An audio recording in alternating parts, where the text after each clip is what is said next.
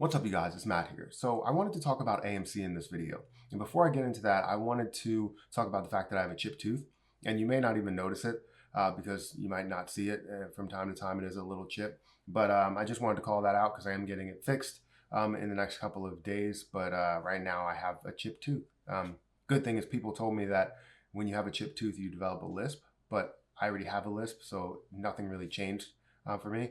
But just wanted to be transparent with you guys. I got a chipped tooth and it hurt. So before I get into this, make sure you hit the like button. Also hit that subscribe button for more videos like this one, and make sure that you get your free stocks with Webull down below. It's the platform that I use in every video. So if you're interested in that, please, check it out. And also check out some of my credit card links. That does help out the channel. But I wanted to talk about AMC because a lot of people seen my recent video that I posted, and a lot of people didn't agree with it. They were negative towards it because I was saying negative things towards AMC and giving like my realistic, my honest, my transparent thoughts, even though I'm still holding AMC. So it's not something that I'm saying I'm not in full support of AMC. I am in full support of AMC.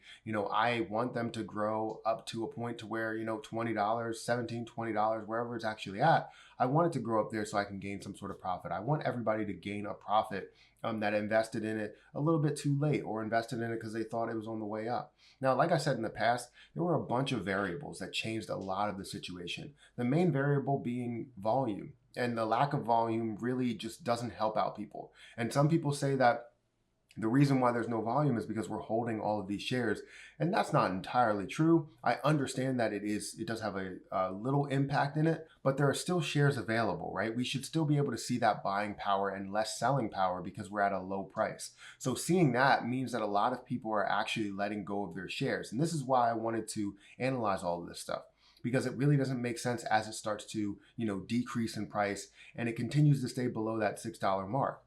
With the amount of people that are holding it, it should have skyrocketed. It should have been up in that $10, $15 mark in order to just hold at that point. We're holding so many shares of this position. So there are a lot of variables that people have to put into play here. If you're looking at all of this situation, you're saying, hey, what's going to happen here? Is the stock going to grow?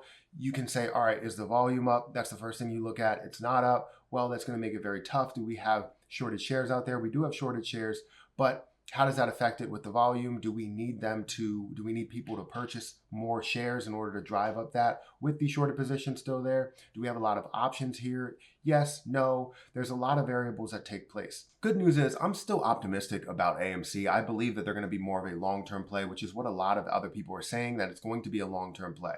I believe that it's going to be a long-term play because you look at the value of the stock, you look at where it could go, the debt that they took off the table, the future of the company, maybe being acquired, maybe being bought out. Who knows exactly what's in the future? That's all other variables that could take place. What really caught my interest was 2 million on Tuesday. And I didn't know about this because I'm not a person that uses Twitter actively.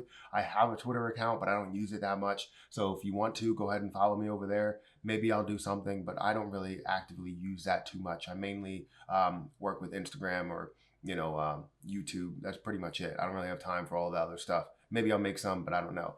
But I've seen this. There's a hashtag AMC, hashtag Tuesday 2 million that a lot of people are using because they're basically saying that they're going to buy 2 million shares on Tuesday. I think there's going to be a lot more people that buy more shares, but I really want to see how this affects the price, because we know that the volume in the past, when we seen that full drive up to $20, the volume was about 1.2 billion. And then it went to 500 million. Then it was basically at that $500 million point. And now it's in the threshold of 100 million or 50 million or 90 million. We're below 100 million here, which is basically a tenth, 10% of what it was. And that's not really what we want. We don't want it to have that low volume. We want it to have high volume so people can gain something out of the deal, so that price can skyrocket, right? So how does this affect it? 2 million on Tuesday, is that going to be something that we really look at? This is 2 million at the open, but can we drive this up to be 10 million, 30 million, 40 million, because if you look at history, you can see that it's definitely a little bit different. So I just wanted to talk that through, and I'm really interested to see how this works. I'll make sure to live stream and see how everything plays out. GME might be a different story, but right now we're talking about AMC. This is where all the hype is. This is where the small dollars are so that you can buy more shares and continue to drive up that price. Majority of the interest is in AMC right now. Where are we going with this? And is it going to be something that we look at as a big play? So a lot of people ask me why I don't focus on news. And I like to focus on news when it's necessary. News, sometimes you never know what type of play you'll get out of this. Will it be a positive play where the price will skyrocket? Will it be a negative play to where it will take a hit? It depends on what the buyers are actually doing. Do they see this as positive news? Do they see this as negative news? Where's the potential for them to make money? Are they going to make money on the bounce back? What are they going to do? So who's investing into this? So there's a lot of different things that you need to worry about when it comes to news. And to tell you the truth, to be frank, this is not what we're worried about. We're worried about just the volume. So what are the people doing? So Wall Street Bets, what are the people doing on Twitter? All of that stuff. And that's not necessarily news. That's more or less understanding the potential volume, understanding the interest, understanding the impact, which a lot of the news sources and media sources will not tell you what that impact will be, because then they'll know that that influences the price more, which could be against what they want to happen. So there's a lot of different things we need to worry about here, but I really want to see exactly what this Tuesday 2 million, hashtag Tuesday 2 million works out to be. I'll make sure to live stream and give you guys any type of information here. I think that we're going to have a positive day. I hope that we can have some slow positive days, and it doesn't have to be anything to where we grow 50%. I just say that we should grow like 6, 7, 8, 9, 10% or whatever in a single day. Maybe we can grow a couple percent, maybe 3, 4, 5%. That's okay. I'm okay with that. That's slower growth. But the fact that we're not growing at all and it's all downhill with these prices being at this low, 550. This is Matt. So let me know what you think about AMC. Do you believe that it is going to be a big play? I know a lot of people have a ton of positivity with them, and I have positivity as well. I just want to be realistic to everybody and give anybody the best information they can get when it comes to what it's going to do. And again, this is not financial advice. So I'm not expecting you to sell when I sell. I never expect you to buy when I buy. And anybody that does take this as, I lost a lot of money because of you, again, I don't tell you to sell. I don't tell you to buy. I'm not telling you this is a good entry point for you, because I don't want you to get into it and, not make the right decision on getting out, or, not limiting your losses in any way, because you trade differently than I trade. I may have success even if something turns negative.